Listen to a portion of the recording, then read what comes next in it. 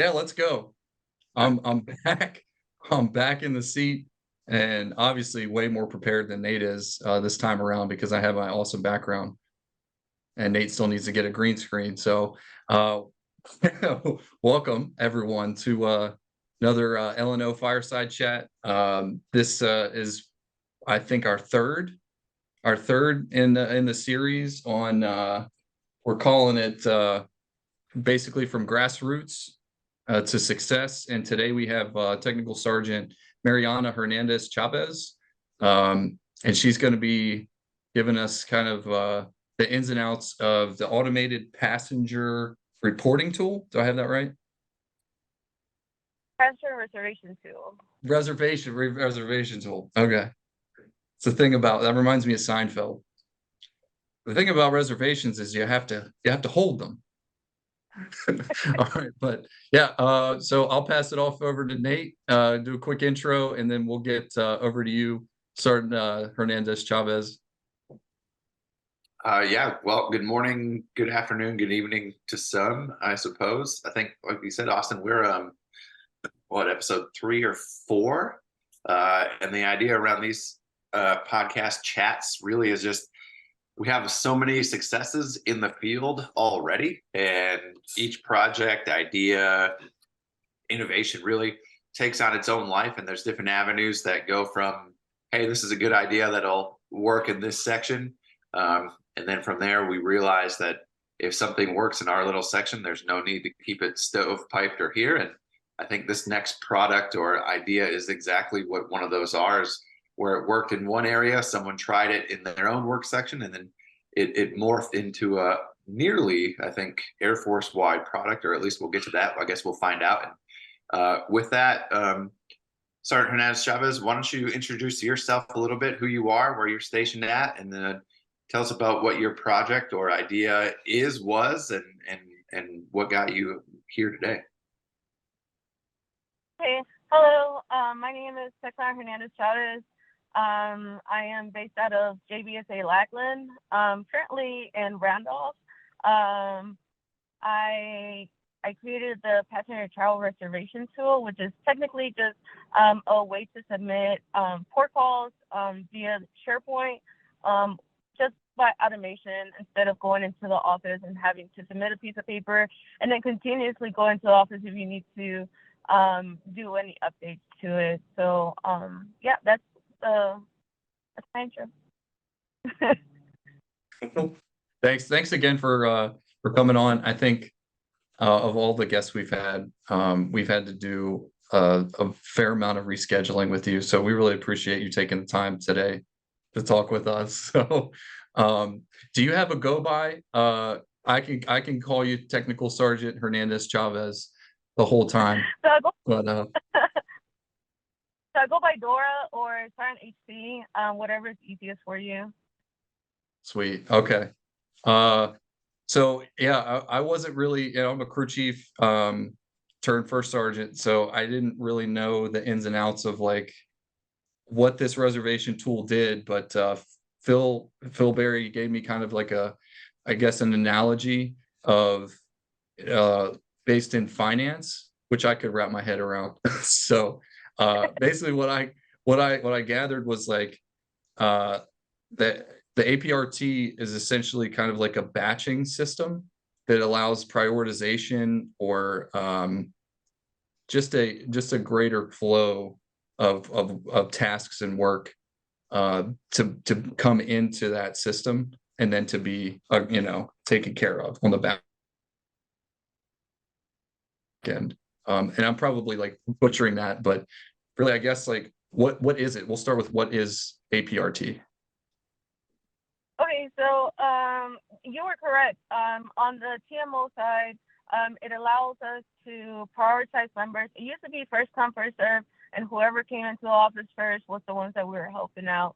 You have to understand that people get their assignments six to 3 months out, and at the point that they receive their assignments, they can come into the office and schedule reservations. So let's say you have someone that, just fresh out, got their assignment, and someone that just got their orders or got a short notice assignment, how do you prioritize that if they're just coming into the office? It's whoever comes into the office first signs into the desk. So that was one of the ideas that it assisted very well to. I don't know if you've ever out processed, but it takes weeks. And then you have to go to one office, and then you have to drive across the whole base and go to another office. It just takes so much time. So as a customer, and as a customer mindset that has TCS before, I was like, if I could just send an email or do it real quick on the computer. Also, I'm a millennial, so it makes sense. I would rather do that. They had to drive from one place to another. So in the customer sense, it helps the customers as they're in their computer submit a port call request or a travel request through a CAC-enabled device and submit it to their TMO office. So that's the overall for the customers, and then again for the TMO office, we can prioritize, filter, keep up to date on numbers, and not have to rely on person to person to like do your own numbers. It already calculates it for you, so it helps out. It helps out to everybody. Oh, it must, because I mean it's really taken off, and I have some questions about the Ether Sprint, with A-PRT and yourself and your team being finalists in that. So we kind of wanted to dive into that a little bit, but we'll get to that later. I'm interested though in understanding, I guess, what was the status quo? Like, what was the system prior to that?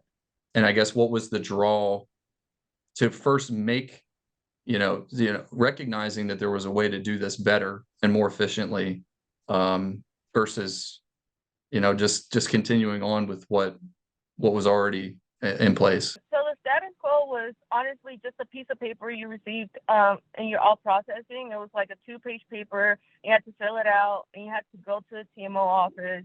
You had to turn it in. And then if you needed to update or change stuff, you either had to go back into the TMO office, or you had to call or email, however that office had their standards. Here at Lackland, at least at main base Lackland, the members had to come in and physically have any changes or turn in orders, just because of how many people we have, and we also have the trainees. So that was one of the Kickstarter ideas for it, was that we have to constantly see these people. At Kadena, there's about a 2-hour wait time just to be seen or just to turn in your piece of paper. Imagine having a 2-hour wait time every time that you had to change something. Or if there's some locations there's only one passenger travel representative. So if they're at lunch or something, you have to come back. So then you just drove all the way to the TMO office, and then you had to go back because there's no one there. So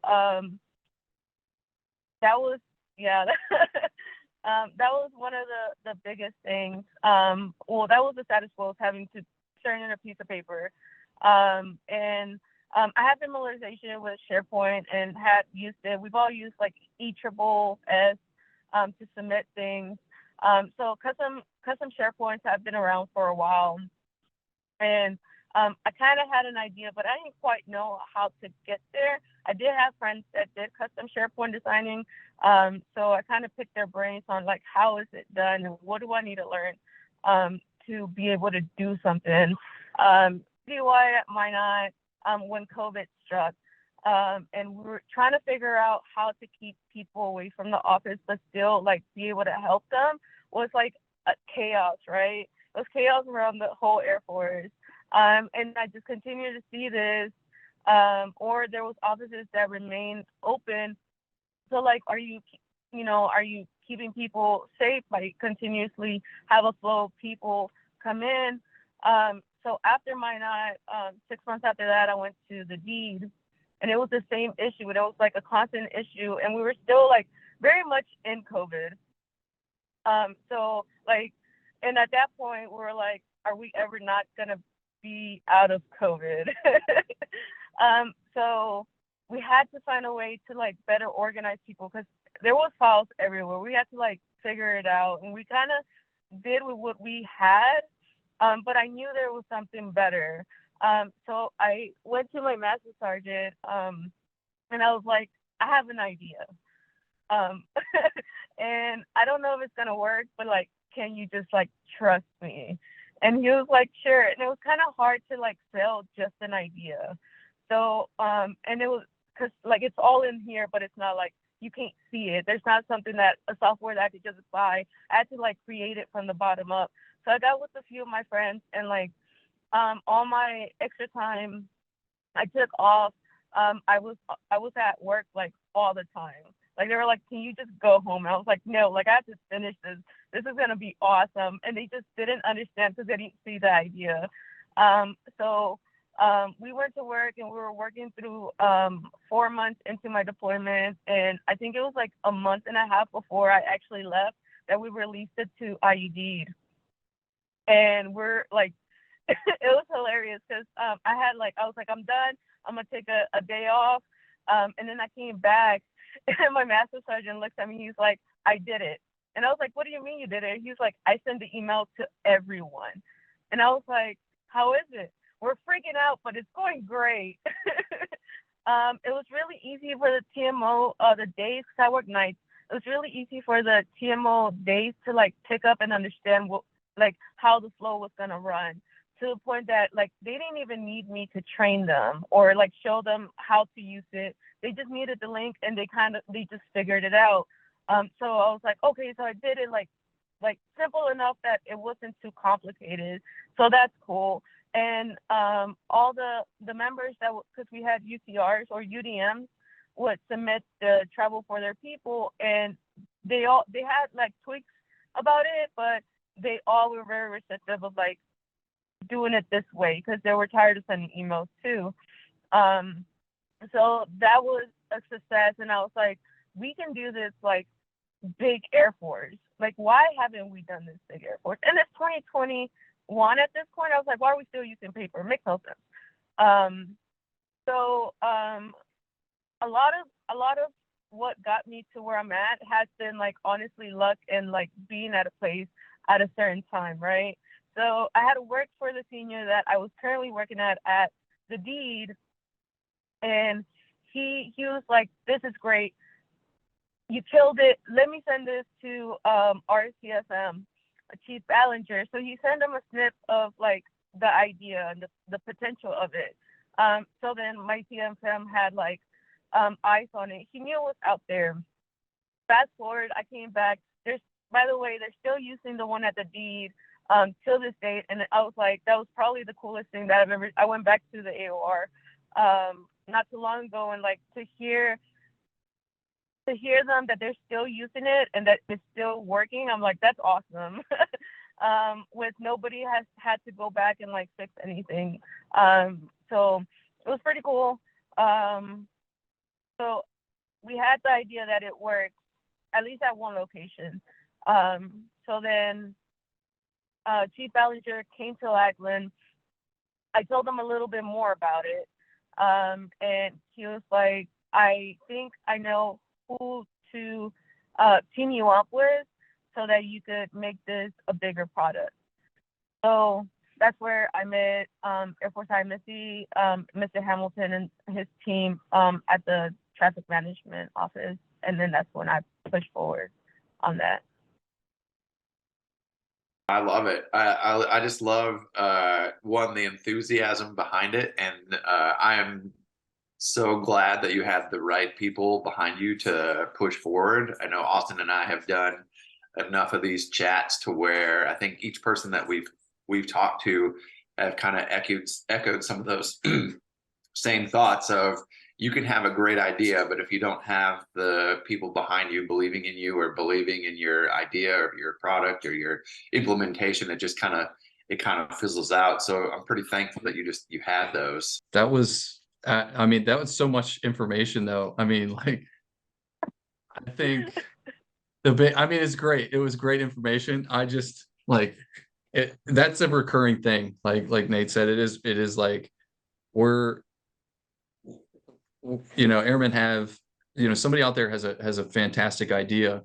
I hate that it's luck though. You know what I mean? Like every time luck comes up into play, it's like, did like green belt training and black belt training, and I analyze processes and try to streamline things. And I don't like to leave things up to chance or up to luck or anything like that. You know what I mean? Like I like to be looking at, 10 steps ahead. You know what I mean? Like, like I'm like Andy Bernard from The Office. Like I'm like a carpenter that makes stairs. I'm always thinking one step ahead.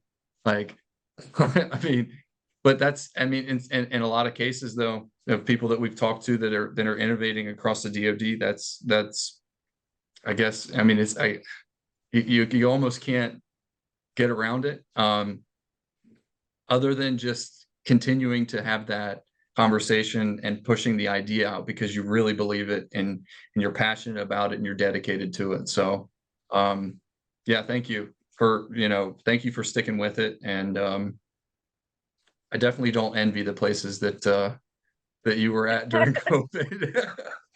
Not at all. No.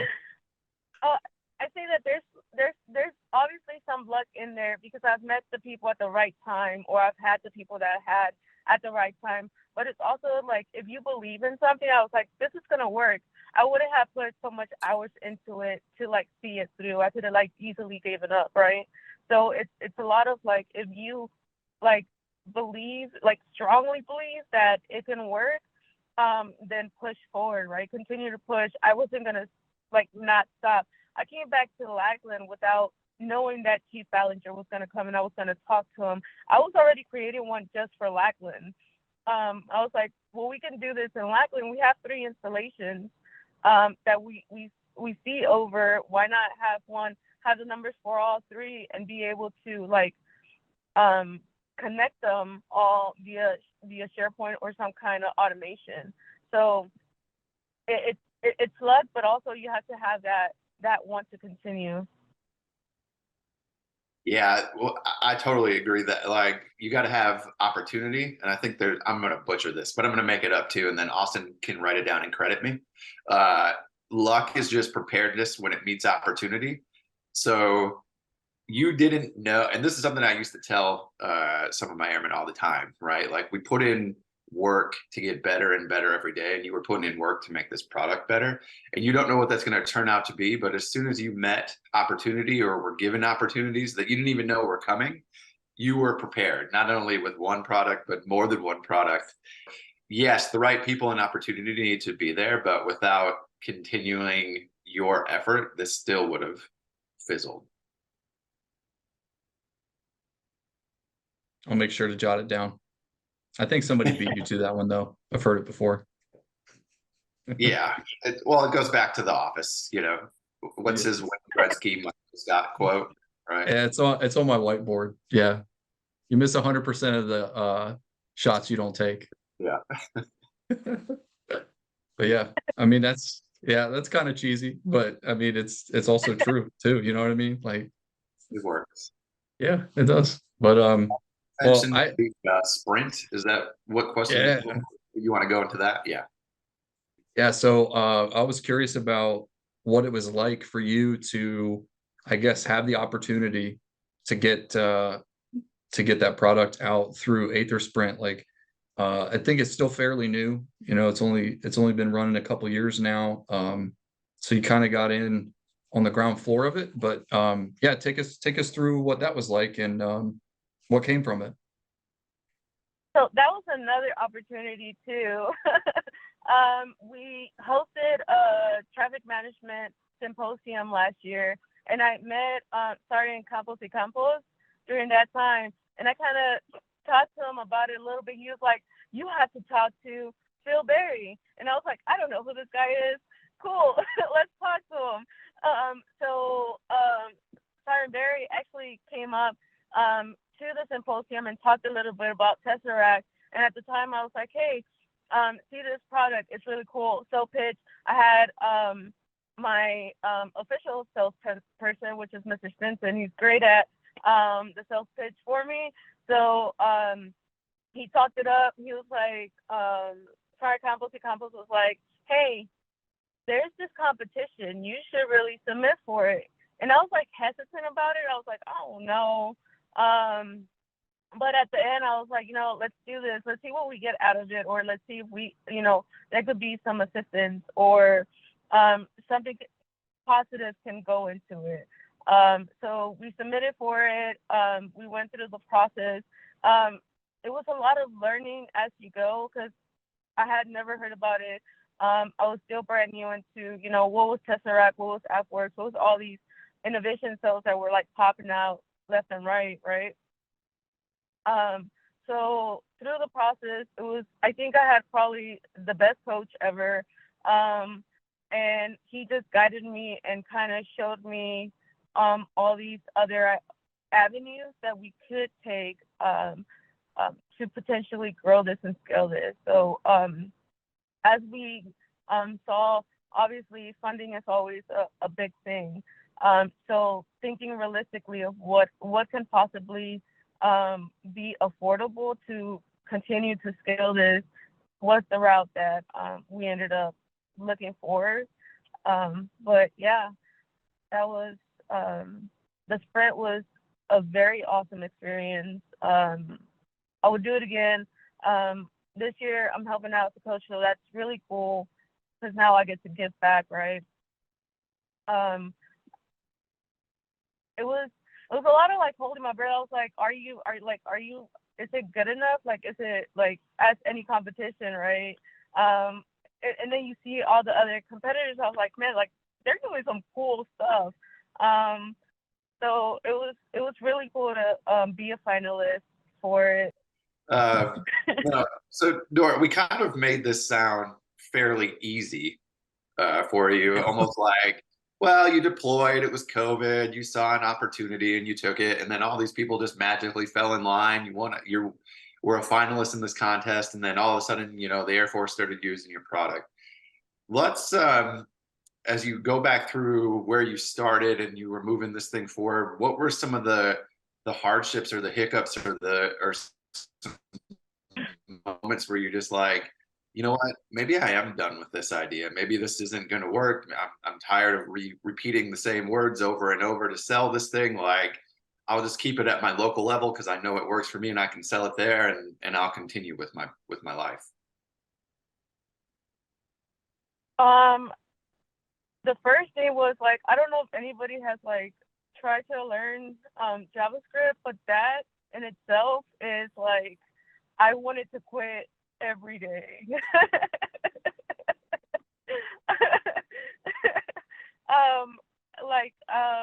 And trying to learn it in a very short amount of time to produce an item was probably it was. I have all the books. I have all the YouTube. I wanted to quit almost every day once I got to IMSC, and they were like, well, you have to do this if you want to see, you have to produce it if you want to see it into fruition. I was like me? Like I packed boxes. Like I just started learning. It was scary. And it was like, I have to do this, right? So I wanted to quit every day. It was extremely stressful, but I had great mentors that were like, you can do this. You have done it, right? So that was extremely stressful. Thinking of how we would scale up and having all these decisions I had to make, I was like, I'm but a child. I didn't know, or I wasn't comfortable enough in my shoes to make those kind of decisions for the whole enterprise, or have my voice heard for the whole enterprise, right? So that was very like daunting to think about. Like, I'm making a full change on how we process process passengers through the TMO offices. This can potentially change the whole way we process packs, not just in PCSs, but deployments, TDYs, everything else. And you're dealing with AMC, you're dealing with SATA or the TMCs, and how that would work. And now I'm talking to big companies to see if they're capable of reproducing or if they're able to manage something like this to push it forward, right? So it was daunting, but worth it. It was, you kind of had to take a step back and just do it one day at a time to be able to get closer to that finish line. If I would sit there and see like the what ifs, like I would lose myself. So I had to like really like scale back, like what are we doing today? Because it gets really it gets hard. I can hear the passion in your voice when you talk about it, and I got goosebumps. Like, I could tell that you like really care about it, and that's amazing. Like, I'm so thankful you're on our team. You know, like, it's really awesome to see that kind of passion, because you don't see that everywhere around the force. You know, but you I know that you know you glazed over a little bit, but are there any specific examples when you started going and moving this along and talking to different agencies or people, like were there specific roadblocks or hurdles that you had to get by? And if there were, can you share like what specifically what was your end around to get over those hurdles? So most of the hurdles had to do with what company or what organization would be taken over, because as of now, I was the creator. I was the one responsible for it. If something was to break, I was the one going in and fixing it. I have a whole other job, like I have a whole regular TMO job to do, and had to also go back and do these fixes. So it took all my bandwidth. That's all I did. I lived and breathed it. I carried my work computer everywhere. Like I was on leave, I had my computer just in case. I could have simply just left it at home, but then then like everyone would need my assistance and they would just be waiting on me. So that's kind of like hard to hold. So like I just took my computer with me. Like I was in Mexico with my computer. It was like attached to my hip. So biggest hurdles was like having someone else take over it. And then who would that be? And also realistic, having the idea of what is realistic funding, or having the need, or where could we pitch for money to be able to sustain this long term, which will constantly be something that we'll have to pitch for, and that's understandable just because of the success of the product. It is what it is, right?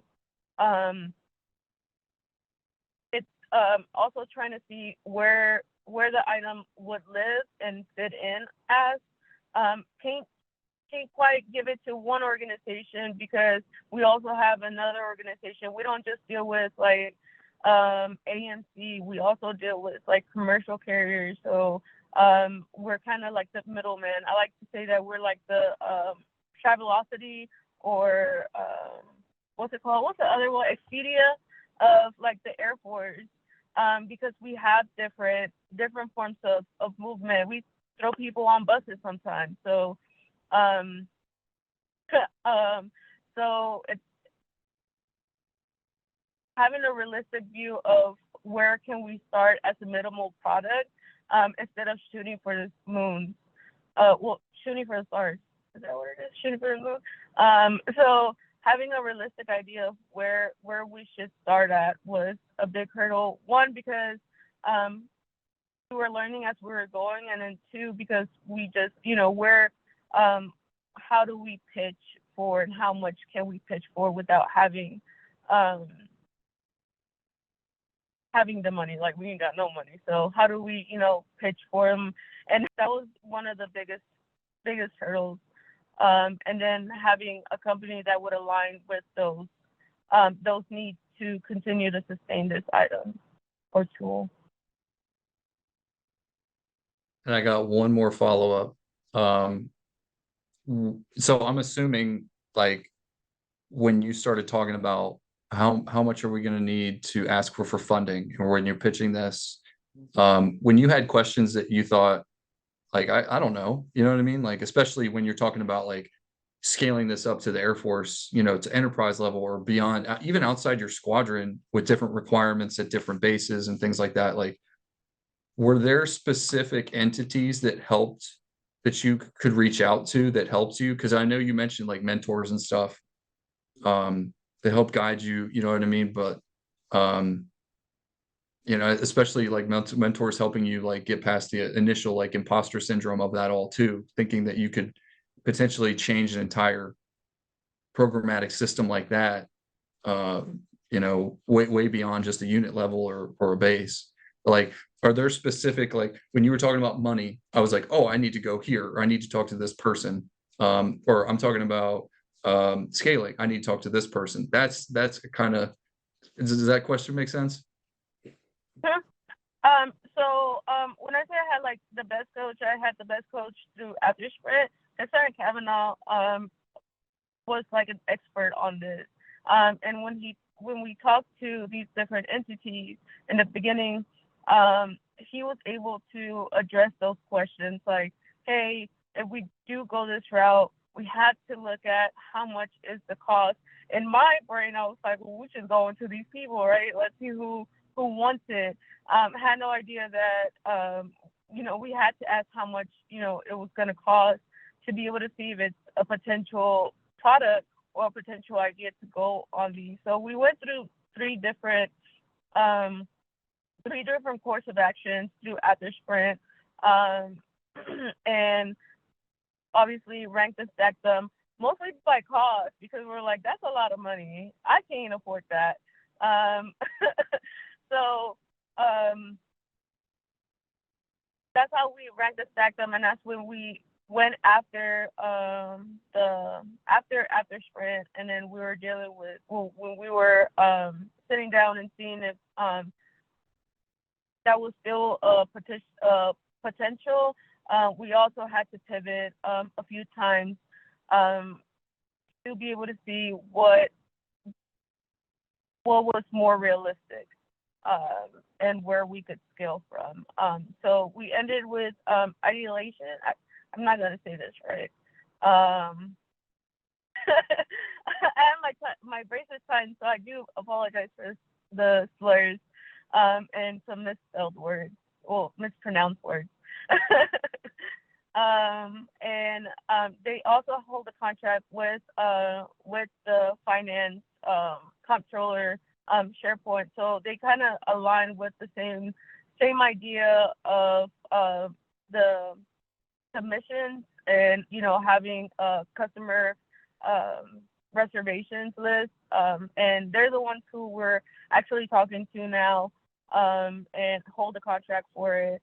Correct me if I'm not wrong. Sorry, I'm very but misspeak on any of this part, but they also have a pathway to continue to grow this with a realistic money amount, if that makes sense, or cost. So I do strongly idea entity. There you go. So they do have a very they're very much aligned with the ideas that we have to further scale this product. I hope that answered your question. No, I ramble. Yeah, no, that was great. That was great. Thank you. So as we kind of close out your story and your journey here, Dora, how about you tell us where the product is now and where you see it going, or where it's going, and then to close the loop, knowing what you know now, what would you tell yourself back in 2020 and COVID times that would have helped you along this journey? So as of now, we just did a deep dive on the tool with Idea Entity, so that they're familiarize themselves with it. They're gonna go in, refine my code. There is some parts that do need some kind of assistance on it, to better posture it, and then we can we'll look into the sustainment part and how to sustain the product. What would I tell myself in 2020? Yeah, I wouldn't change a lot. I would tell myself to like take more breaks. Or pull back a little bit, take a little more time for yourself, but also ask more questions. Even if you don't know what to ask, like start a conversation to introduce questions to anyone. At this point, you never know what kind of information anyone has. So that's what I would just ask more questions. So Dora, it sounds like you're ready to be a first sergeant. I want to. That's awesome.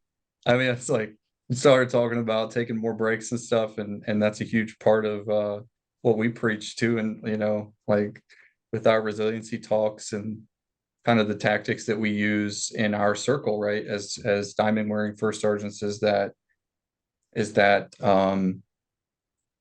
people do not become first sergeants. Like people that are lazy do not, but they're on the other end of that spectrum where it almost is like an obsession, right? You can be obsessed with your team and your mission, and but eventually you have to take some time off. So I can really relate to that. I appreciate the insight on that for sure. So yeah, let me know if you ever want to be a first sergeant, so I can give you the scoop on that.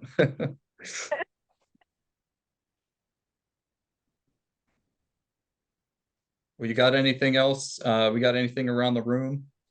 Any other last questions? Not a question, but I just want to say, Dora, thank you not only for rescheduling the reschedule to the reschedule to be with us today. I really appreciate it, and I think the wait for us to chat was definitely worth it. And thank you for your perseverance to see this thing through. I know you're not done, and I know there's still some more stuff that you want to do with this thing, and I think that's great. But without people like you with these ideas and hanging on to making something better, we wouldn't. And there's so many people that are going to benefit from this thing, and just the idea of moving and out processing just a little bit easier just makes me feel good as we go into PCS season next summer. Oh yeah, I got one coming up. So I guess yeah, let's do last thing. You got any tags, ways to contact you, Dora? If anyone out there that's not familiar and that wants to get in the know on A-PRT, how can they reach you? And yeah, any other contact information that you'd like to share? Yeah, I'm on LinkedIn. I have a really long name. It's just my full name. Mariana Hernandez Chavez. There's a hyphen in there. Also on Instagram. Both very good ways to find me. I could drop them on the chat. Awesome. Okay. Yeah, I think we could probably, when we go to upload, we'll be able to throw that down into the section below, or however that works. I don't know. I'm not a YouTuber, but cool. Okay. Hey, thank you again. Dora, we really, really appreciate it. We're going to keep accelerating change. Let's go.